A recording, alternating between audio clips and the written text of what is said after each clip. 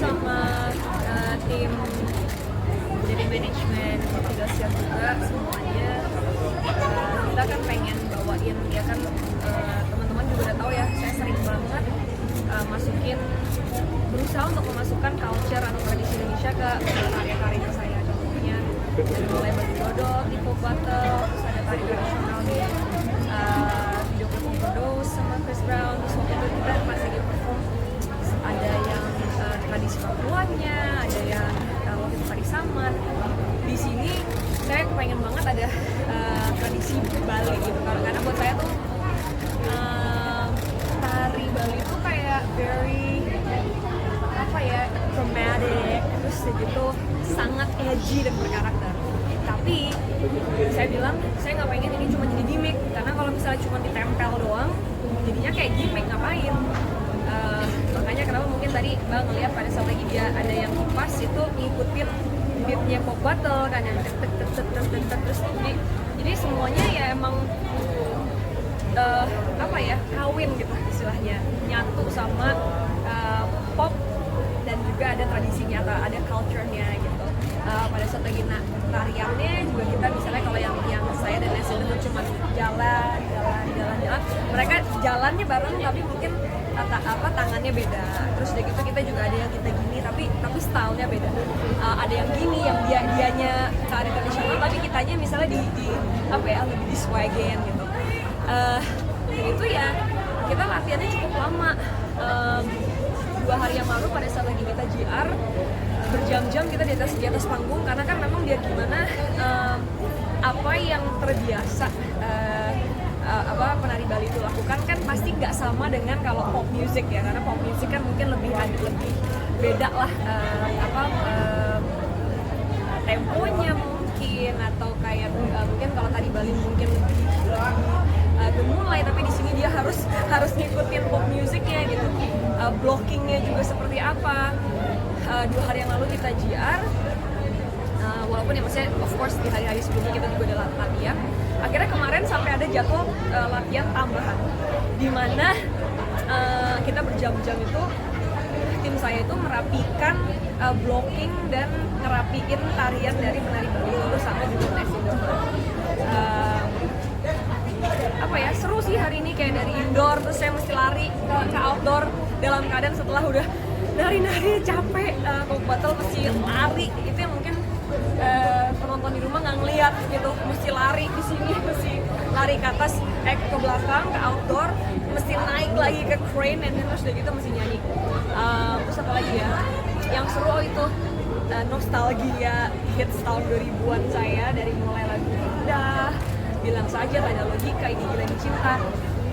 So overall puas banget gitu, puas banget.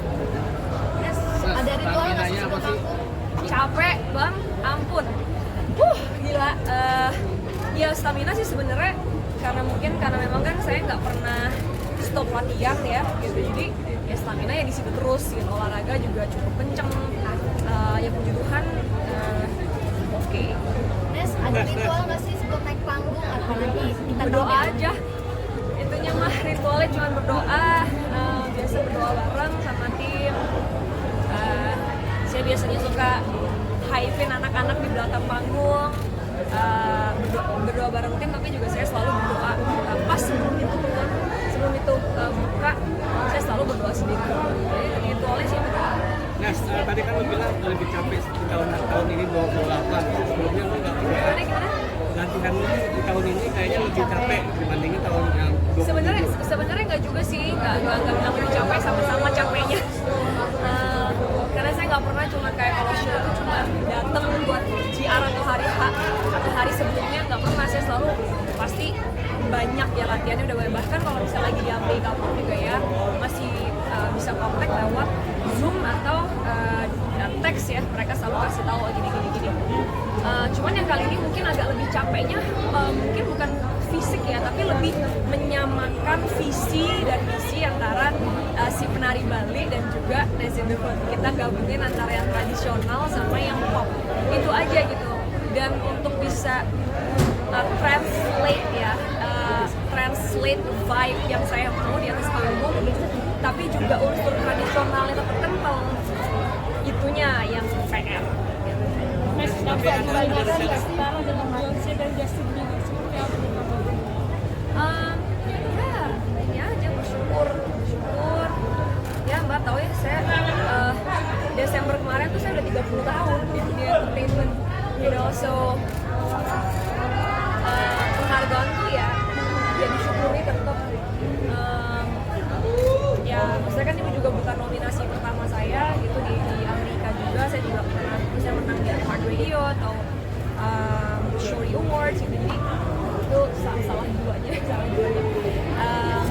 Ya ini ya seneng, of course, excited, jadi apalagi ada album terus bisa ngangkat yang luar biasa ya. Apa aja nih?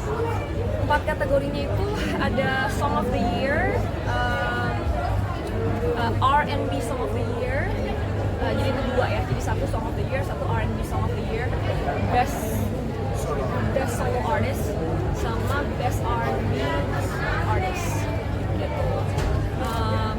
Dan sebenarnya ada satu yang saya juga seneng banget adalah karena Patience, lagu saya kemarin itu di US Radio, di US R&B Radio chart di sana, jadi top 50 yang paling sering diputar selama tahun 2020 di Amerika Serikat. Jadi ya apa ya, ya of course seneng gitu, kayak kalau kita gak usah masalah ini Mbak, kalau kita masakin orangnya suka sama makanan kita aja kita seneng gitu ya, karena kan itu kayak kita udah taruh rasa sayang, rasa semuanya gitu kita taruh, orangnya suka masakan kita aja kan seneng, apalagi ini gitu rasanya mungkin kayak gitu ya. Mas, ini lo gak cuma jadi tontonan tapi juga menjadi tontonan buat kita yang mana yang suka. Aduh, thank you so much. Apa ya, mungkin saya selalu ngeliatnya tuh kayak pada saat lagi saya perform, sebenarnya kan nggak, kalau misalnya saya cuman ya nyanyinya gitu-gitu doang atau gimana, ya udah sebenarnya kan ya sebenarnya nggak apa-apa juga gitu kan, misalnya kayak udah perform seperti biasanya. Tapi kenapa yang selalu membuat saya terus push myself to the limit dan nggak pernah capek untuk belajar adalah saya ngelihat my niece, saya ngelihat keponakan saya dan fans saya, yang fans dan keponakan saya itu regenerasi. Ini mereka makin muda kan, gitu, makin muda. Semoga kita juga tetap makin muda ya, gara-gara ini juga muda. Tapi dari demografik, dari social media saya segala macam, yang paling tinggi itu adalah 13, 17, 18 sampai 24. So saya pasti mulai itu wow, maksudnya saya ngerasa kayak masih punya, bukan beban ya, tapi kayak beban moral atau tanggung jawab moral buat kasih tahu ke anak-anak ini nih, yang fans-fans saya dan juga keponakan saya juga of course, bahwa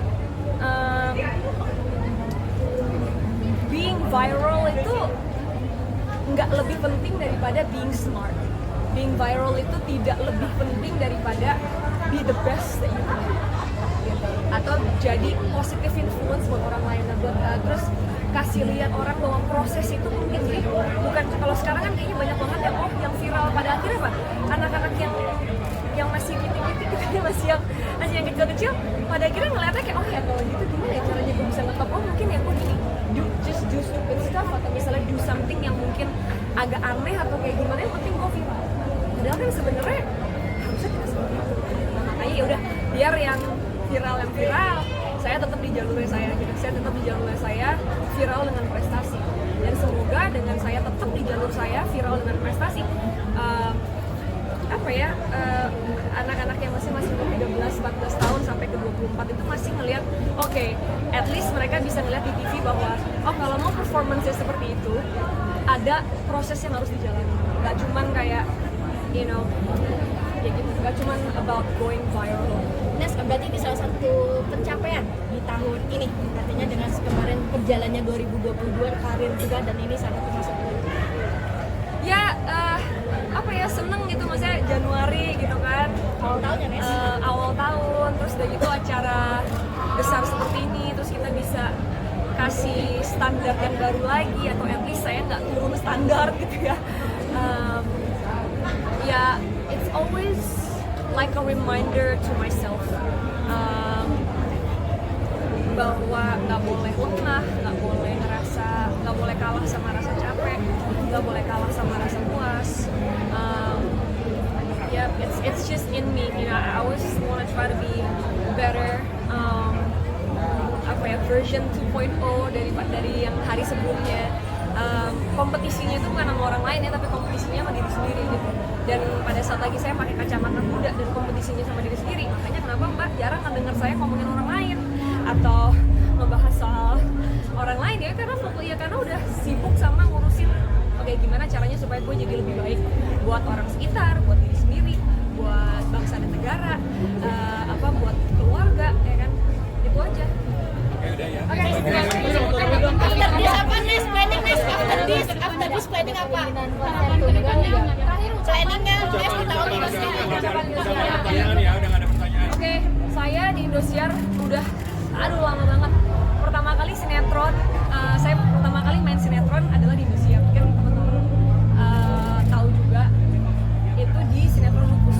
Saya menjadi Lulu. Saya ingat banget pulang sekolah dianterin mami, kelas berapa itu